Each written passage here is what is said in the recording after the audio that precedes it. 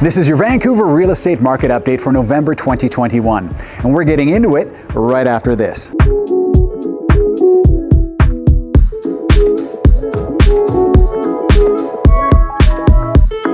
Hey everyone, I'm Craig Veroni with Masters Realty. I'm your local real estate agent here in Vancouver, BC. In today's video, I'm going to cover what's happened in the Vancouver real estate market through the month of October and what's coming that could affect that market. I shoot a ton of videos about what it's like to live, love, and own here in Vancouver. So if you haven't yet, please hit that subscribe button and don't forget to hit the bell as well so you can be notified the moment I have a new video out. I really want you to be able to stay up to date on all the latest tips and insights into the Vancouver real estate market so you can become an expert too. All right, let's get into it. Last month's sales saw a 5.2% decrease from the sales recorded in October of 2020 and an 11% increase from those sales recorded in September of 2021. Last month's sales were 22.4% above the October 10-year sales average. The total number of homes currently listed on the MLS system in Metro Vancouver is 8,034. That's a 35.3% decrease compared to October of 2020 and a 13% decrease compared to September 2021. In October, the overall supply of homes for sale dipped to levels not seen in 3 years. So through the month of October, sales increased 11% month over month, while inventory shrunk 13% over the same time period. As you can see, buyer demand continues to outpace supply, causing home prices to continue edging upward and ensuring that multiple offer situations continue to persist. Rising fixed mortgage rates should eventually help ease demand, but for now, sales remain strong. And those buyers with rate holds will be motivated to try to find a home for the rest of the year. As always, home price trends will vary depending on property type and neighborhood, so it's important to take a hyper-local look at your location and property category of choice before making a home buying or selling decision. If you want to stay on top of the market, knowledge is key, and the SnapStats market reports are a fantastic way to arm yourself with tons of knowledge about your market area. To download those reports, simply click on the images below for either the Metro Vancouver, Greater Vancouver, or Fraser Valley report. Now, if you're watching this on YouTube, down in the description below is a link to a sample report. Please go ahead and review that, and if you think that it's something of value, and trust me, you are going to love these reports, simply fill out your name and email address to start receiving those reports immediately.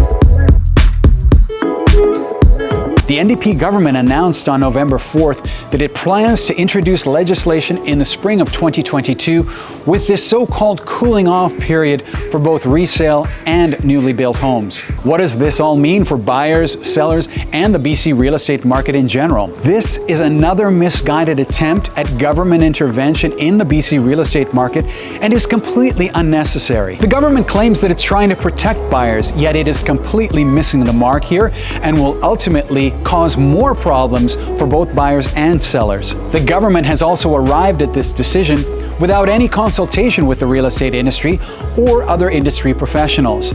Sound familiar? Christy Clark did the exact same thing during an election as a knee-jerk reaction to a situation that had already been correcting itself for 3 months prior. The market is the way it is because we are seeing some of the lowest inventory levels in decades. The market doesn't need government intervention, and buyers don't need the government trying to protect them when purchasing a home. Our jobs as real estate agents is to work in the best interest of our clients and protect them throughout the entire transaction. Is this kind of market frustrating for buyers? Absolutely.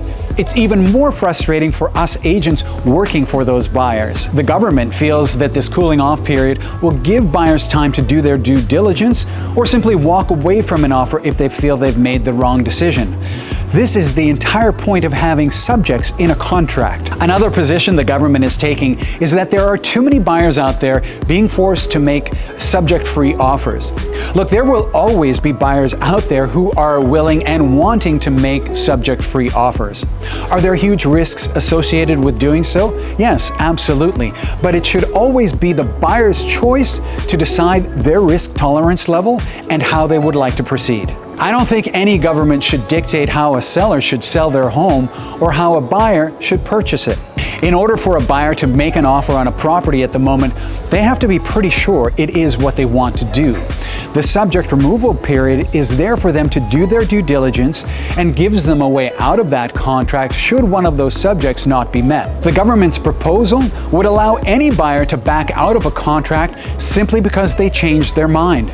How is this fair to a seller? Although unlikely, buyers may now also be emboldened to make offers on numerous properties while only intending to complete on one of them, or perhaps even none of them if another property comes along that they feel looks better. The ramifications of this kind of policy will negatively affect sellers as well as the buyers it is intended to protect. As a listing agent, I do everything I can to ensure that both buyers and sellers have everything they need, including sufficient time to do their due diligence prior to an offer presentation date. When I'm working with buyers, I appreciate those agents who do so as well. If an agent and their buyers have worked their butts off to get a pre-inspection done, have the lender do an appraisal, and perhaps read all the relevant documents prior to the offer presentation date so that they can present a subject-free offer with minimal risk, why should they not be allowed to do so? One of the biggest issues I see in markets like this is listing agents not allowing sufficient time for showings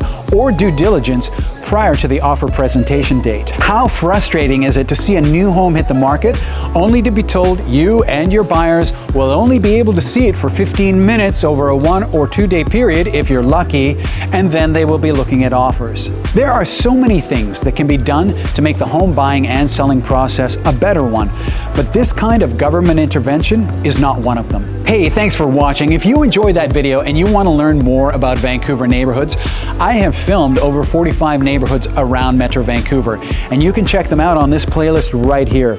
And don't forget to hit the subscribe button here, because on this channel, you're going to find everything you need to live, love, and own here in Vancouver, so don't forget to subscribe.